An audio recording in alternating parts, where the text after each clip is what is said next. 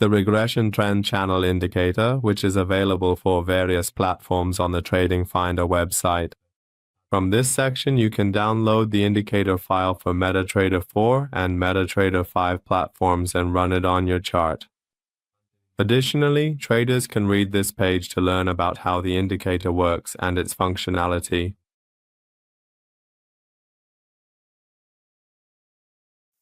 From the Navigator section, we select the indicator file and run the indicator by dragging the file onto the chart. Once the indicator is activated on the chart, it starts drawing a regression channel on the price chart.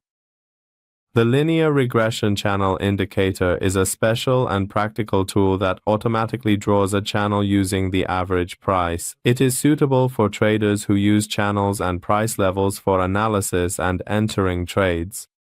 Here we can see that a channel has been drawn for us, showing the direction of the price trend and possible interactions. It consists of 3 levels: the midline, the upper band as the resistance level, and the lower band as the support level. If the upper band is broken and the price pulls back to that level, we can enter a buy position. If the price moves downward and breaks the lower band, we can enter a sell position after a pullback. Alternatively, if the price touches the lower band, we can enter a buy position, taking the direction of the price trend into account. Similarly, if the price touches the upper band, we can enter a sell position in the market, again considering the direction of the price trend. In the Settings section under the Input tab, there are options available for us. In the first input, we can set the calculation time frame, which is set to current by default. Here, we can select different time frames from the current time frame to 1 minute up to 1 month, and based on that, the price channel will be drawn for us. In the second input, we can select the number of candles to be used for the price calculation, which is set to 100 by default. In the third input, we can choose the calculation basis between 2 modes, highs and lows, and close. It can switch between these 2 modes, but by default, the calculations are done based on the closing price. In the next input, we can set the shift value, which adds a certain delay to the channel. Since this channel is constantly being redrawn, and with every new price added to the chart, the width and direction of the channel change, it's necessary to consider a certain delay so the channel can stabilize. By default, this is set to 1. If I were to set this particular option to a value of 50, the indicator would then proceed to completely ignore the most recent 50 candles that have occurred and would instead meticulously analyze the data from the 5th candle all the way up to the 100th candle. Furthermore, it would diligently continue its complex calculations in this precise and consistent manner as it moves forward through the data.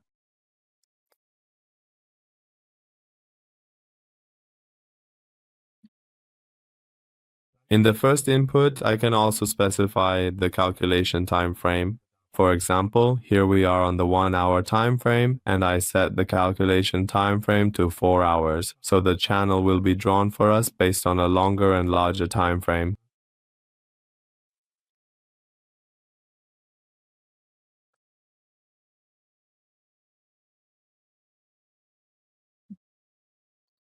In the next 2 subsequent inputs, we can precisely set the scaling coefficient level, for which 2 distinct and clearly defined levels have been thoughtfully provided.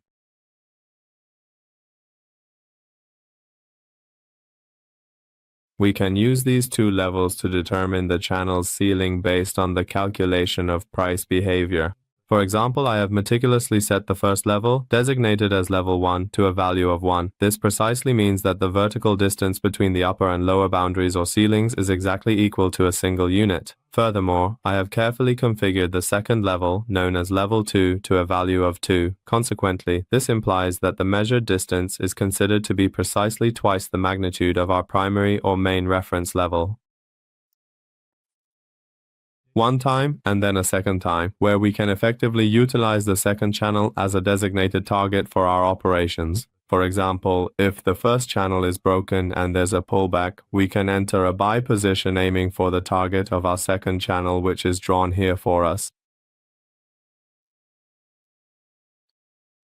And in the last input, we can also specify the extend value. For example, here I have carefully set it to precisely 5, and the visual indicator then thoughtfully extends itself forward by a total of 5 distinct candles and is clearly displayed for me. Well friends, we've reached the end of this indicator tutorial. We would be absolutely delighted if you could kindly share your valuable comments and insightful suggestions with us in the dedicated comments section below.